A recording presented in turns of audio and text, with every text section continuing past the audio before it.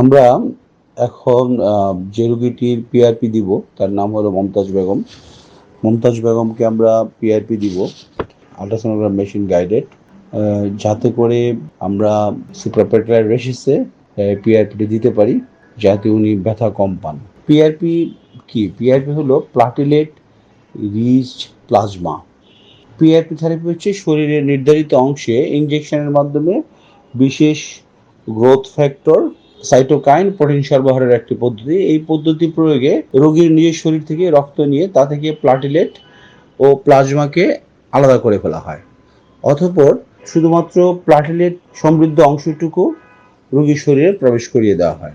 এই প্লাটিলেট সমৃদ্ধ প্লাজমার অনেকগুলো গুণাগুণ রয়েছে, যার ফলে সে প্রাকৃতিকভাবে নতুন করে কোষ তৈরি করতে পারে এবং যার ফলে রোগীর ক্ষয়প্রাপ্ত কোষগুলো আবার নতুন করে তৈরি হয় এবং রোগীর হাড় ক্ষয় রোধ হয় এবং ক্ষয় পূরণ হয়।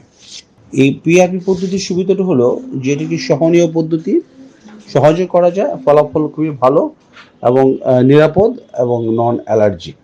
তবে এই পদ্ধতিটি গ্রহণের 1 সপ্তাহ আগে থেকে ধূমপান ও অ্যালকোহল পান ছেড়ে দেওয়া উচিত বা বিরত থাকা উচিত।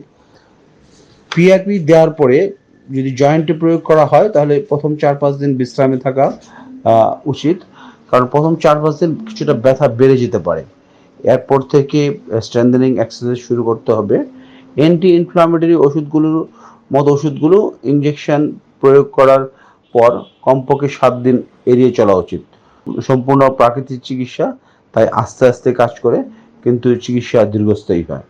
ইনজেকশন প্রয়োগের জায়গায় 8 থেকে 10 মিনিট ধরে 3-4 বার বরফ লাগানো উচিত। ক্ষেত্র বিশেষে 2 থেকে 3 বার ইনজেকশন পুশ করার প্রয়োজন হতে পারে। গবেষণায় দেখা গেছে 1 মাসে 20 থেকে 25%, 6 মাসে 50 থেকে 60% এবং 12 থেকে 15 মাসে 80 থেকে 90% রোগের উন্নতি হয়। সবাইকে ধন্যবাদ।